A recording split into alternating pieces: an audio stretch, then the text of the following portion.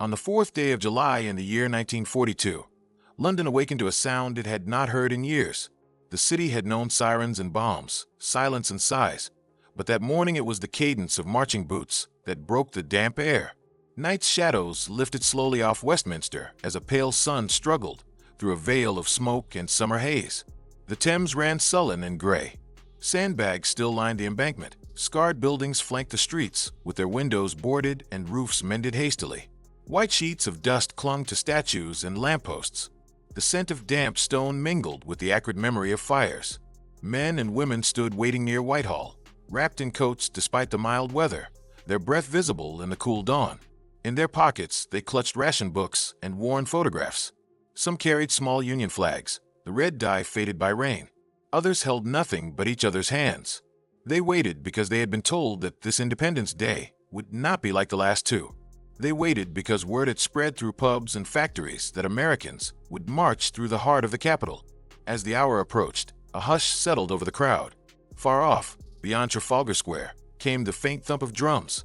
It grew louder, regular as a heartbeat. Boots struck pavement. The cadence was slower than the clipped British quickstep, a deliberate pace that spoke of distance crossed and distance yet to come. The first ranks of the United States Army swept into view. They came from Piccadilly, turned onto the Mall, and headed toward Buckingham Palace. Sunlight caught polished helmets and glinted on bayonets. The stars and stripes fluttered above them. The American flag had flown in London before, but never had it preceded an organized column of U.S. infantry. Today it did. The band played. Brass instruments shone bright. The Army Goes Rolling Along filled the air, then yielded to God Save the King. A murmur ran through the watchers. Some smiled, some cried. Older men removed their hats. Women pressed handkerchiefs to their mouths.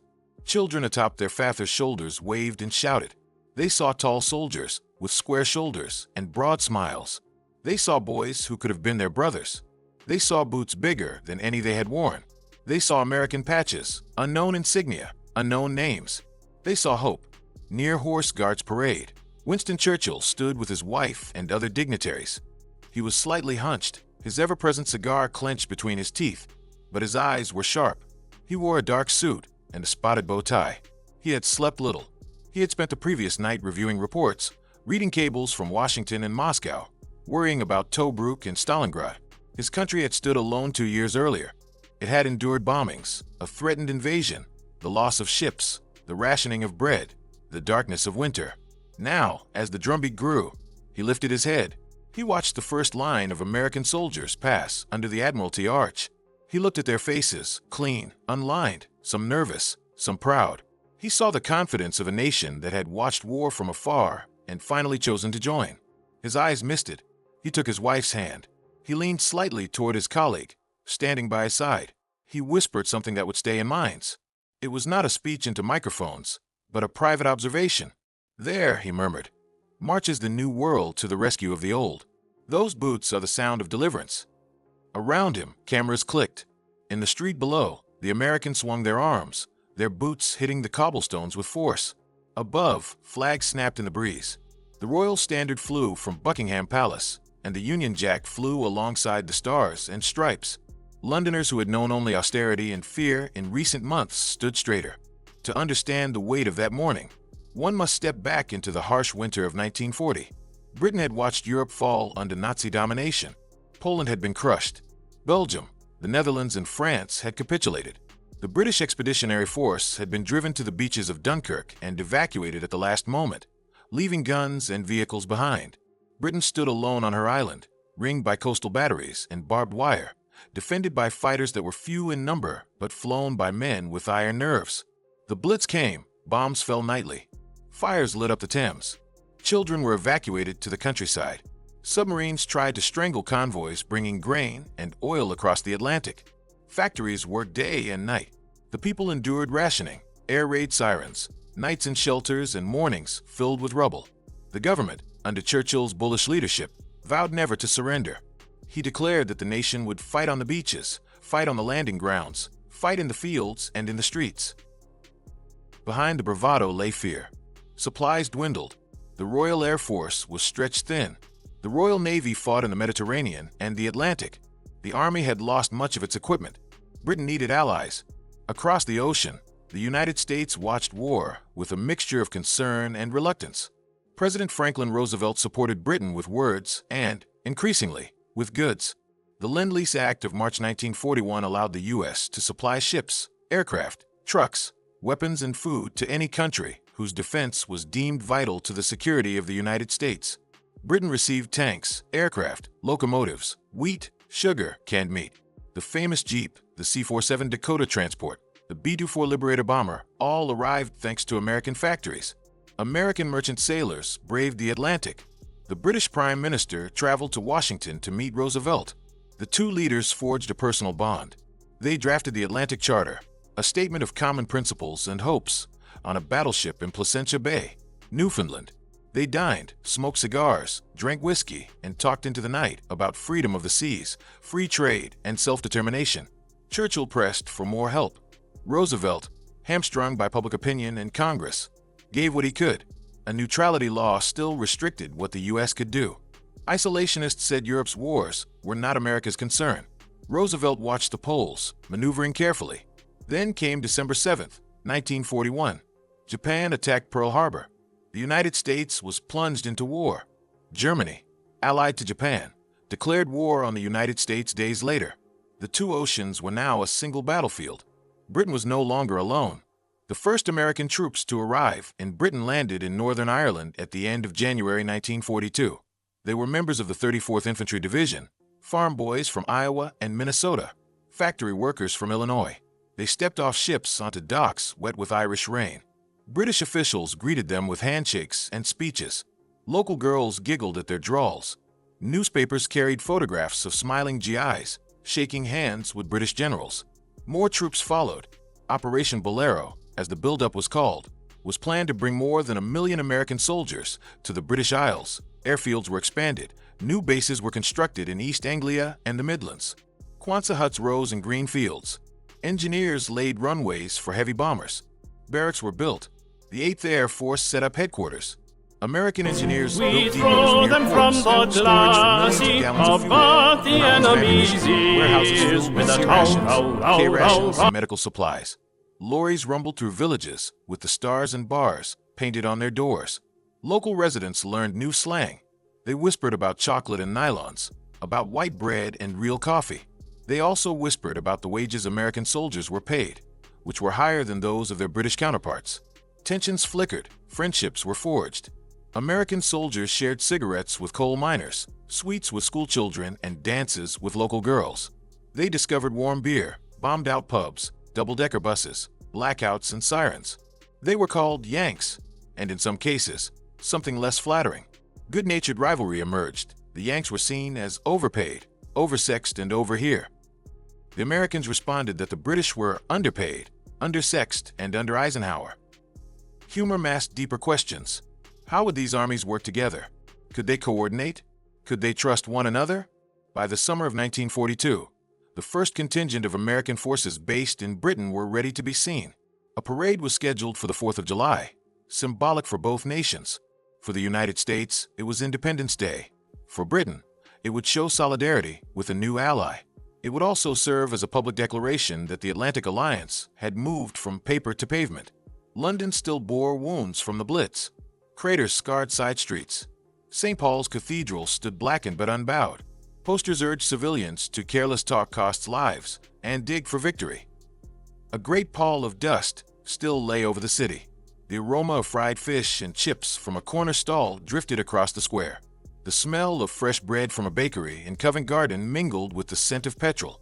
The roar of trams, the clip-clop of horses, the occasional backfire of a truck all became background to a new noise. It was the hum of a different engine. American trucks, their engines deeper, their horns louder. On the morning of the parade, Londoners lined the route hours in advance. They stood 6 deep along the Mall. They perched on statues and monuments.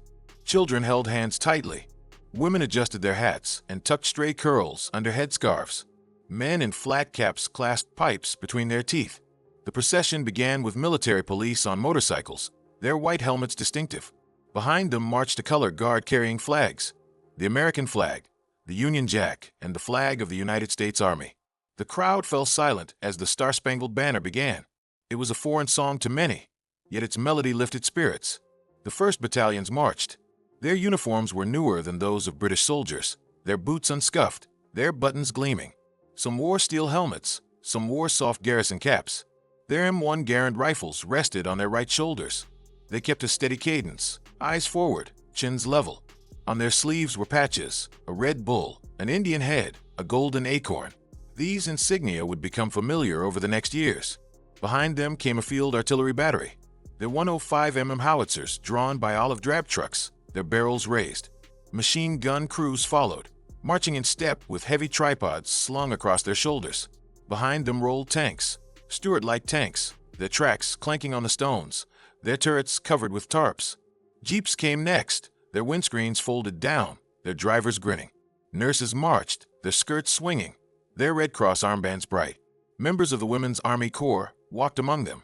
They were not allowed into combat, but they would type, telegraph, drive, and chart. They smiled at the crowd smiled back. Faces along the route told their own story. A gray-haired woman in a shabby coat clutched a photograph of her son lost on the Ark Royal. Her lips moved silently, perhaps in prayer. A dock worker in oily overalls removed his cap and waved it. An elderly man with a chest full of First World War ribbons saluted as the color guard passed. A girl with pigtails and patched stockings held a Union Jack, and an American flag crossed in her small fist. Tears streamed down a young wife's cheeks as she remembered nights in shelters. A shopkeeper's apprentice whistled softly to himself to hide his emotion. For 2.5 years, Britons had endured alone. They had welcomed soldiers from Canada, Australia, New Zealand, India, and Poland, but never before had they seen the sons of the United States en masse. They had read about them. They had listened to Roosevelt's Day of Infamy speech on crackling radios. They had cheered news of Japanese setbacks at Midway. They had memorized the numbers. The United States would train 8 million men, build tens of thousands of aircraft, thousands of tanks, hundreds of ships. They knew American industrial output dwarfed that of Germany. Yet all these facts were cold. Now they were flesh and blood. Churchill watched more than a parade. He saw the culmination of years of persuasion. He had written to Roosevelt, telephoned him, visited him, argued, joked, pleaded. He had risked his political capital to press for help. He had told Parliament that he felt that the United States would draw the sword in the cause of freedom and cast the full weight of their mighty forces into the struggle. He had told Roosevelt that, give us the tools, and we will finish the job. He had wept when he heard about Pearl Harbor, not solely out of sorrow, but also from relief that America would now fight. On that July morning, he realized that his words had become reality. As he watched the boots strike the stones, he reflected on the long road ahead. American troops in Britain were still few. The Soviet Union was bearing the brunt of the German assault on the Eastern Front. The Japanese still occupied vast territories in Asia and the Pacific. North Africa was contested. Churchill knew there would be more Dunkirks, more Tobruks, more Stalingrads. He knew that the combined chiefs of staff were planning an invasion of French North Africa, not continental Europe. He knew the full weight of American might would not reach European shores for another year. Yet he also knew that momentum had shifted. For the first time since the fall of France, he felt that victory was possible. He gripped his cane. A tear rolled down his cheek. He did not brush it away. What he murmured that morning would never be recorded verbatim. Those close to him later recalled variations. They said he whispered, with awe, that this was the day the old world stopped being alone. Others remembered him, saying that the tramp of American boots was like the distant roll of thunder that heralds a storm. Whatever the exact words, the essence was clear. He sensed that history had turned. Later that day, in a speech to the gathering assembled at Guildhall, he said publicly, "It is therefore with buoyant and serene feelings that I take the sword of the new world by the side of the sword of the old." People cheered. They cheered not only for Churchill, but for the idea that America had come. They cheered for cargo ships in convoy, for Liberty ships on the Clyde, for B-17s on the runways.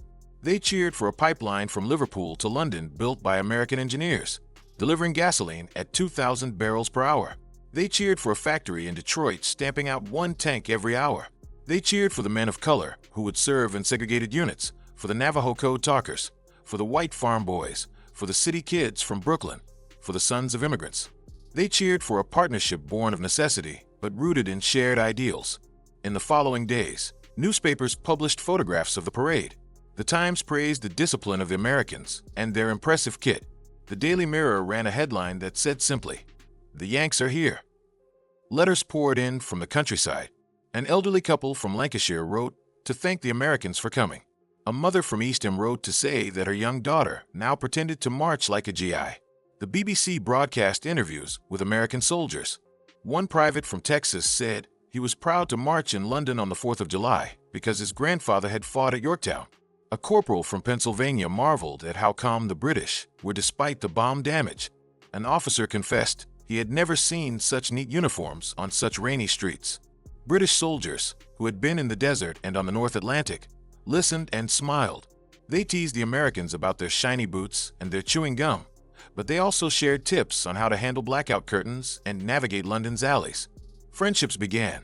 A British Tom from Bermondsey invited a GI from Brooklyn to his family's cramped flat for tea and bread. The GI, who had never tried strong tea, made a face but drank it. He later wrote home about the kindness of the British. Rationing, he said, was tighter than he had imagined. Coal was scarce. Rooms were cold, yet the people had warmth. He sent home photographs of Buckingham Palace and Big Ben. Behind the scenes, the parade masked frantic activity. American staff officers met their British counterparts daily. They grappled with questions of command, supply, training, discipline. How would American units be integrated into British defenses should Germany invade? Who would control airfields? What about black American soldiers in a country used to racial segregation? These questions were thorny. The British government established guidelines for how Americans should behave. The British were asked to treat American soldiers as guests. There were tensions.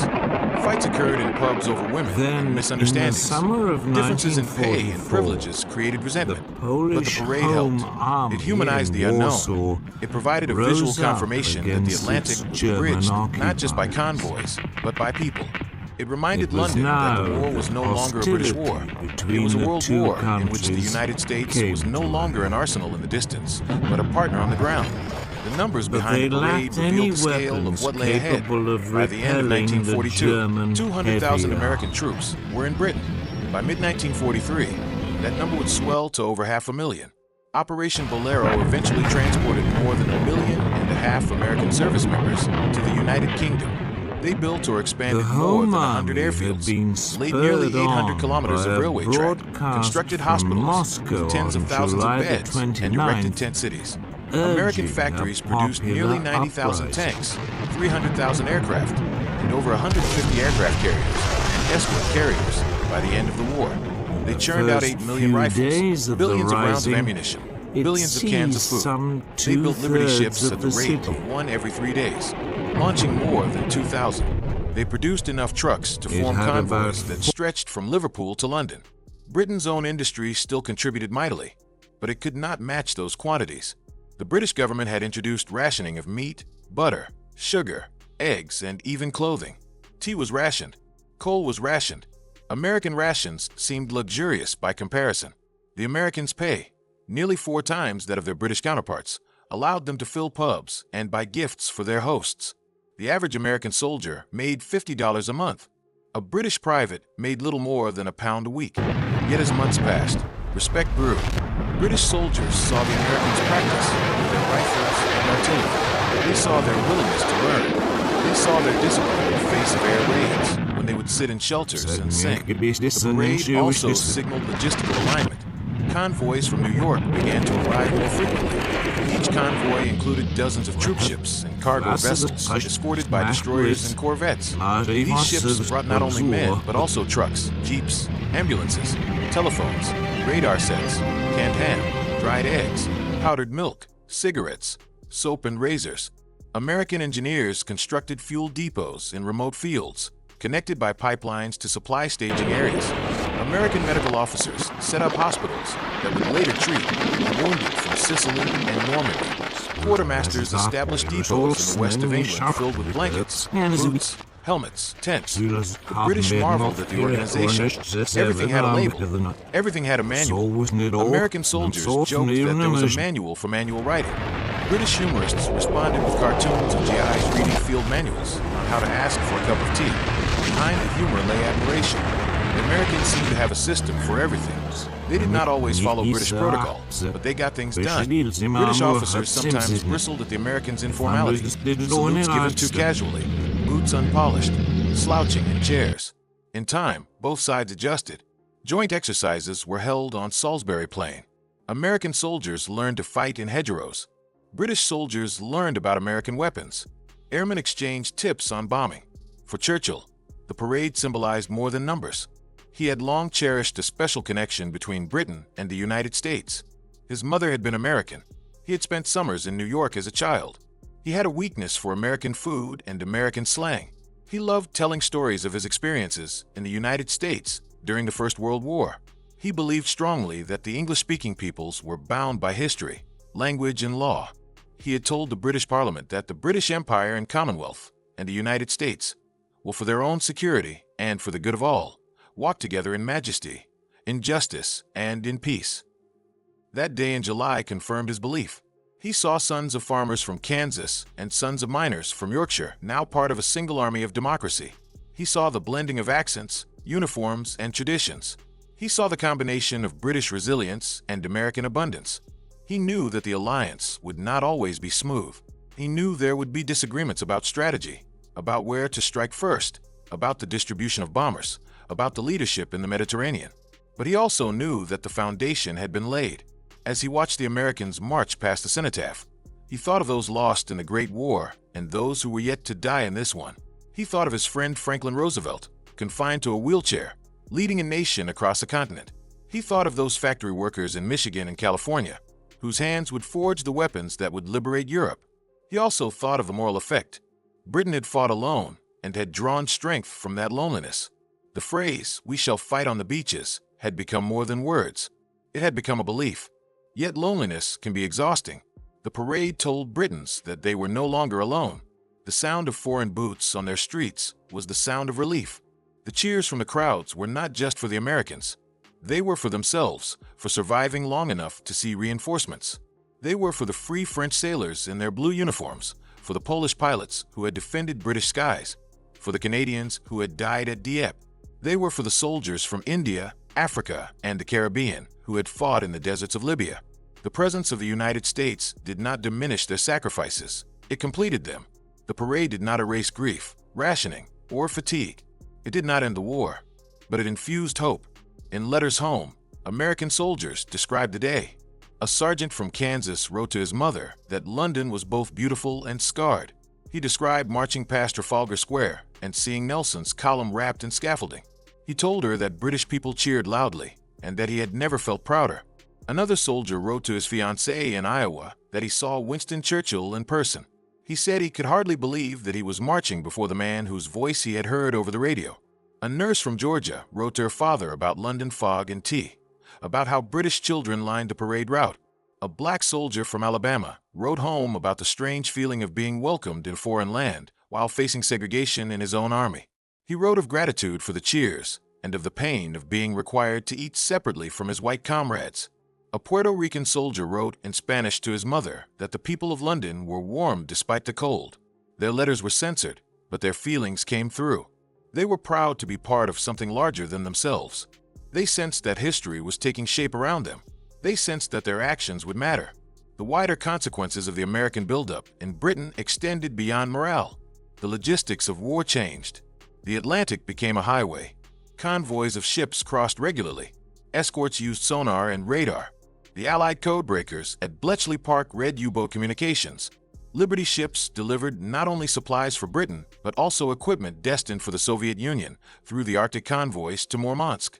American troops trained in Scotland for landings in North Africa. In November 1942, Operation Torch sent American and British troops to Algeria and Morocco.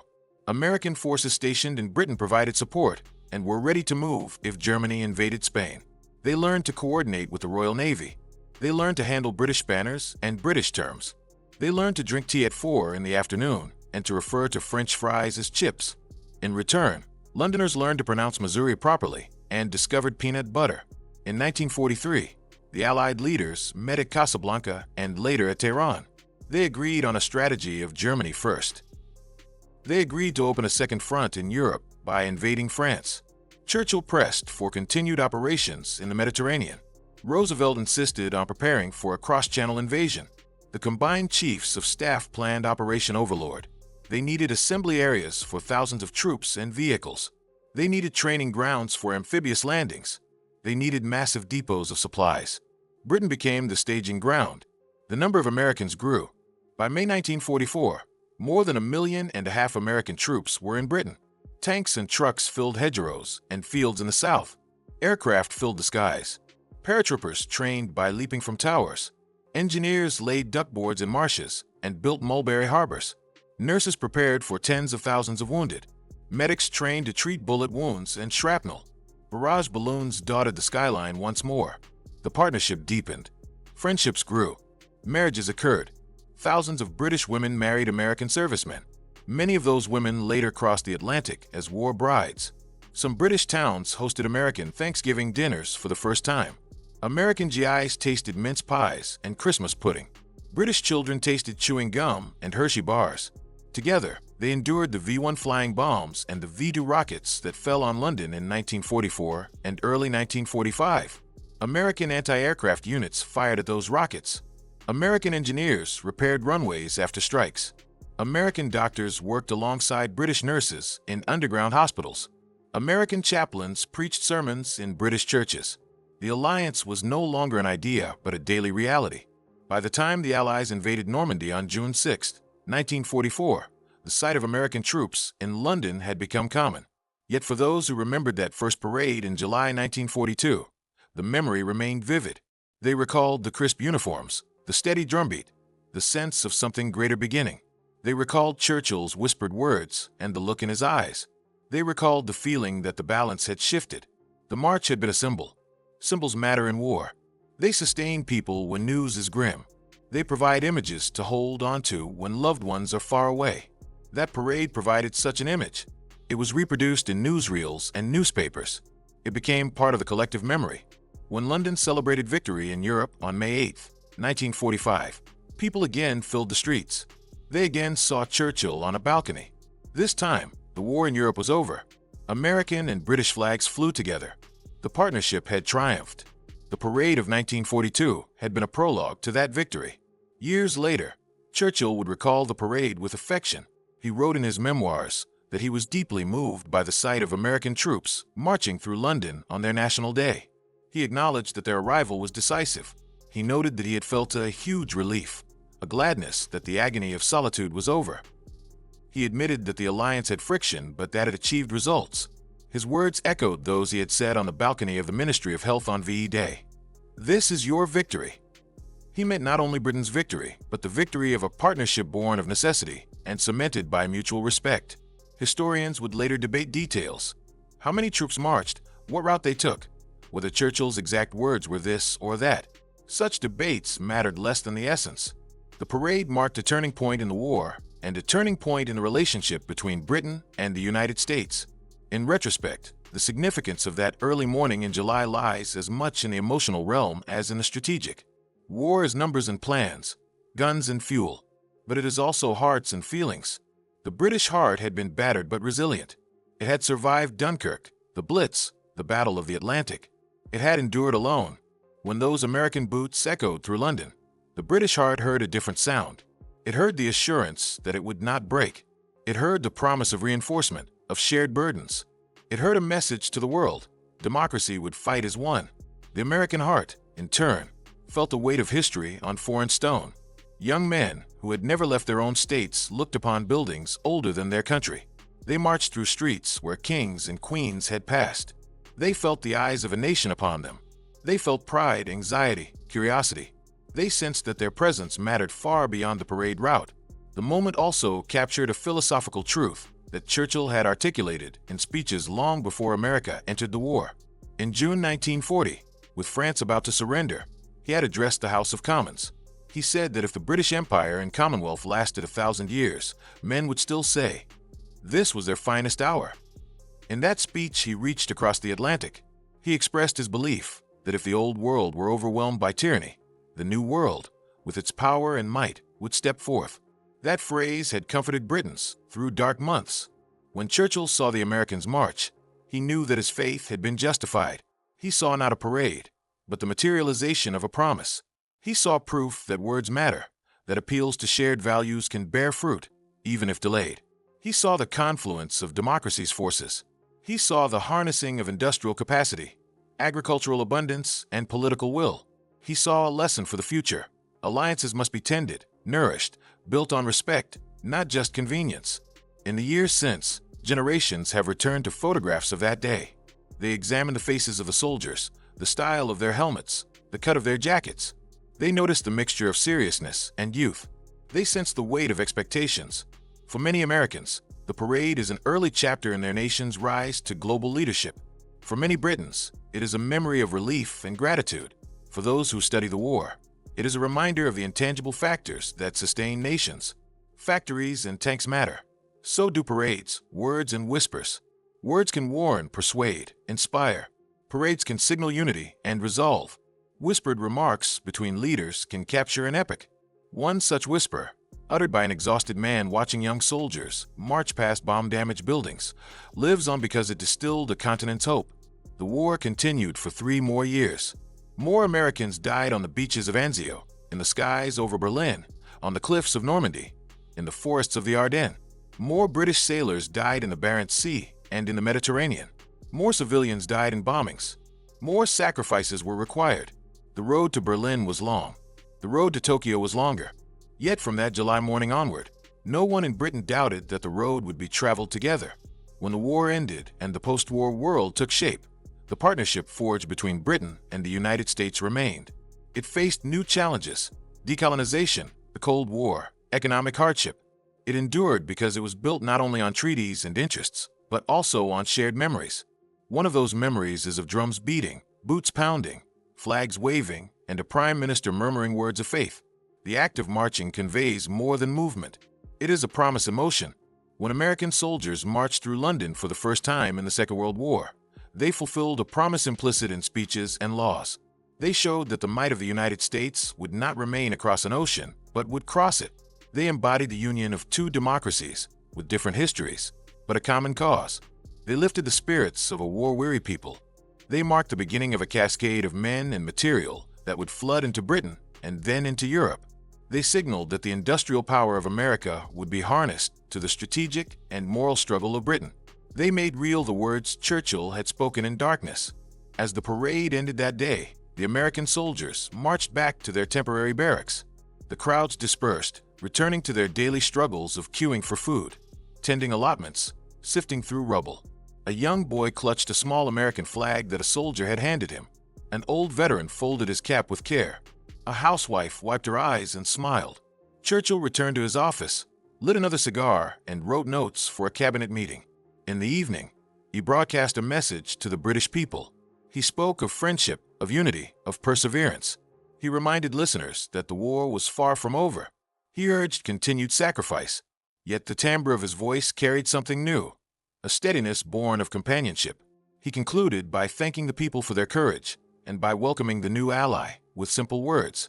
There was no bombast, no flourish. Sometimes the most profound statements are the simplest.